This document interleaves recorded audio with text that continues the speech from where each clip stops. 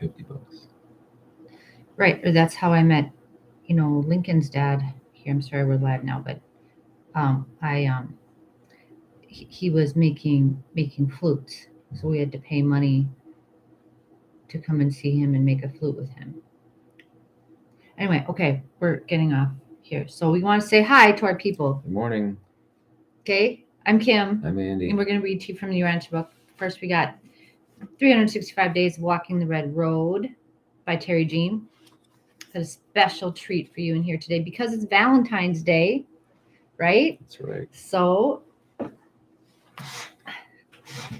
okay, so remember to love your lover, right? Right. Today, especially. Okay, we are honoring Black Elk today from the Oglala Sioux. He lived from 1863 to 1950. Great Spirit, you lived first, and you are older than all need. First things first. Right. Great Spirit didn't need anything. Before anybody needed anything, the first thing that was needed, what was the first thing that was needed then? Great Spirit to know itself. Yeah, that's good. But you know what? Great Spirit didn't need that. Great Spirit desired that. Okay. Because Great Spirit is before need. So in a way, Great Spirit doesn't know need the way we do. First thing that was needed, what came to me right then, was to be in contact, in communion with the Great Spirit. The first need is to know the Great Spirit, is for us who have needs to be in contact with the Great Spirit. That's, yeah. Okay, that's what I felt right then. Okay. How do you feel about that? Okay. On this date in Native Americans history, February 14th, 1986, the Smithsonian Institution's Museum of Natural History agreed to return skeletal remains of American Indians to those tribes with a verifiable lineage. So there is progress being made here. So we're honoring those remains, that those are the grandfathers that need to go home, and grandmothers. They need to be with their children. The indigenous people have a burial custom and certain beliefs associated with those who passed on, and holding their ancestral remains is considered sacrilegious. So it was sacrilegious for the government, the Smithsonian, to take control of those remains. Well, imagine how we would feel. We're returning your grandparents' bones to you. Yeah. Well, thanks, I guess. Yeah. It's about time. Exactly. Okay. Red Road lesson number 2.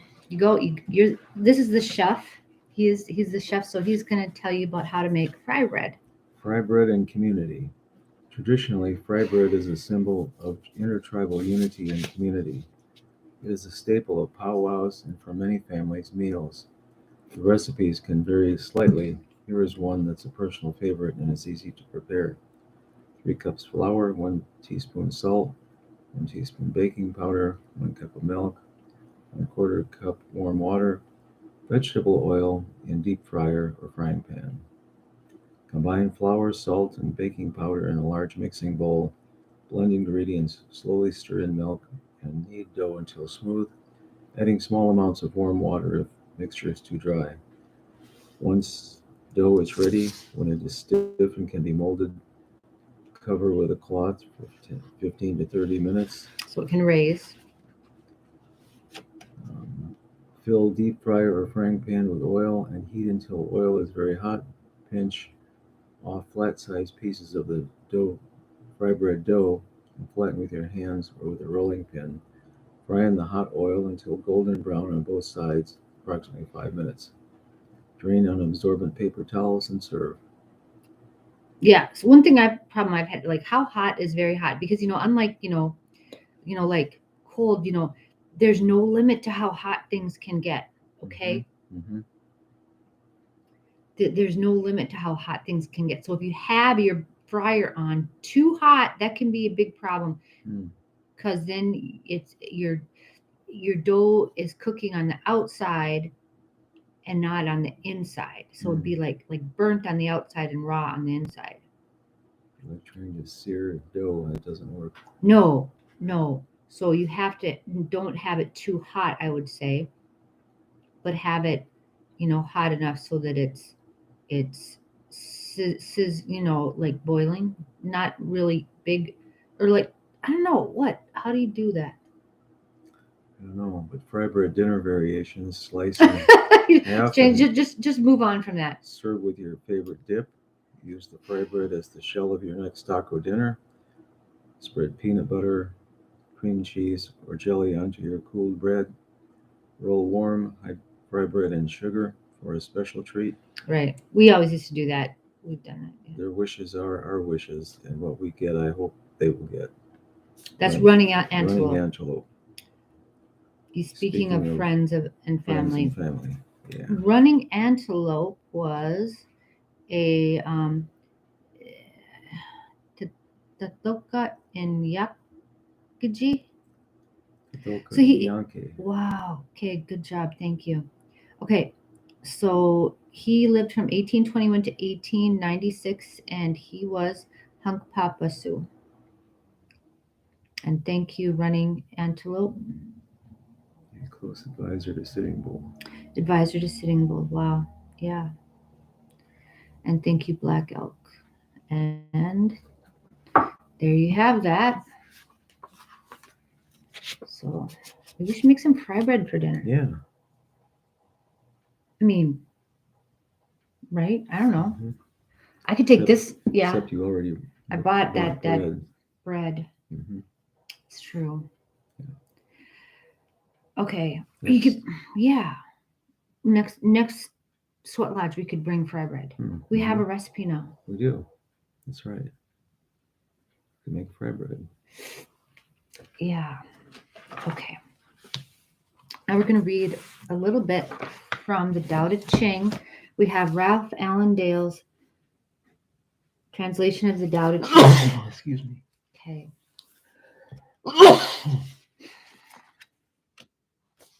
Okay. Today is called Beyond Reason. Crow on a branch. Crow. No, It's a stork. this looks like a stork or an ibis. Mm-hmm. But it's dark, the shadows and the, yeah, it's really beautiful photography or art here. Okay, do you want to do that one? That which we look at but cannot see is the invisible. That which we listen to but cannot hear is the inaudible. That which we reach for but cannot grasp is the intangible. Beyond reason, these three merge contradicting experience. Their rising side isn't bright, their setting side isn't dark. Senseless, unnameable, they return to the realms of nothingness. Right. From without form, image without image, indefinable, Ineluctable. ineluctable, elusive. Confronting them, you see no beginning. Following them, you see no end. Yet riding the plowless plow can seed the timeless Tao, harvesting the secret transcendence of the now. Wow. Let's look up ineluctable. What is ineluctable? It's like unknowable, right? Mm-hmm.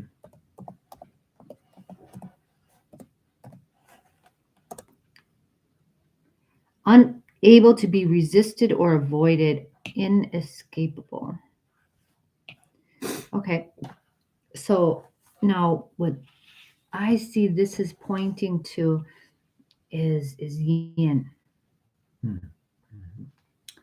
Because what we look at, we can't see, we can't get it because it's intangible. We can't touch it. We try to get it, but it's the yin energy. It's immaterial. It's potential. Okay, if you go to get it here, it moves over there. You try to get it, you know what I mean? So it's like chasing butterflies in a field.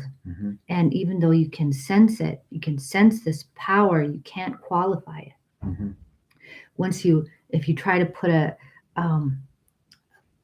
label on it or something, you know, then you've reduced it to, and then you can put it in the yang, and then you can use that whatever that is of it. So you see how this yang effort is to contain the yin, and you can understand the root of that masculine effort to qualify and control the yin, because I want to put that in a place where I can access it. I can get to that energy, that wonder, that divinity, that, you know, ultimate undescribable truth, you know, anytime I want, you know. But the yin, the potential, is always greater than the effort to control it. It always is. It always is. Beyond reason. But you see that struggle, that the yang wants to contain that yin. Like, okay, but you know, it can't work. Can't work that way. Like what Curse of the Golden Flower. He's trying to control that woman, and even, but his control efforts always diminish her. And that's exactly what he was doing. But he figured that's better to control her, diminish her, other than have her doing what she does. Have all the potential. Yeah.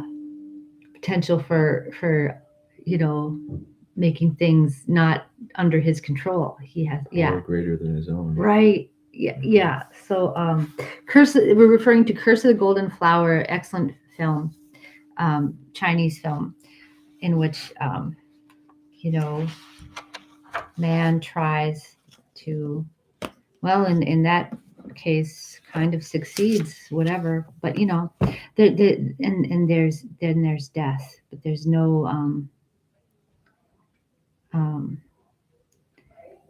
you know, they can't control death.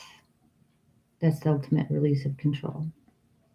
So if there's no other way for the yin to, so even power has limits.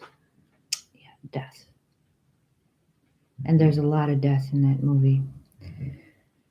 Okay, so that's interesting, and I love the metaphysical dynamics.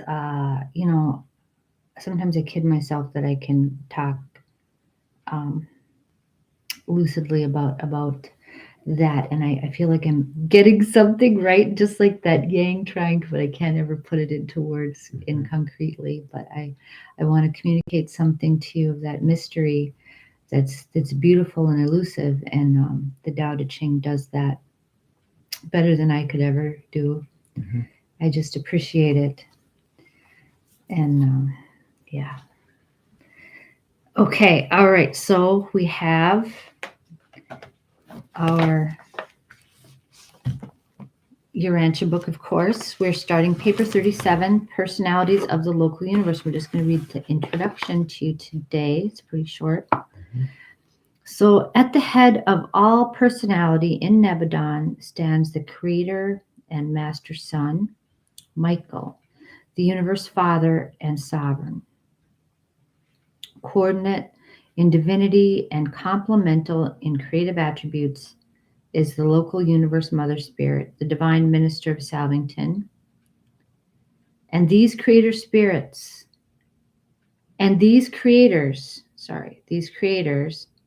are in a very literal sense the Father, Son, and Spirit Mother of all the native creatures of Nebadon.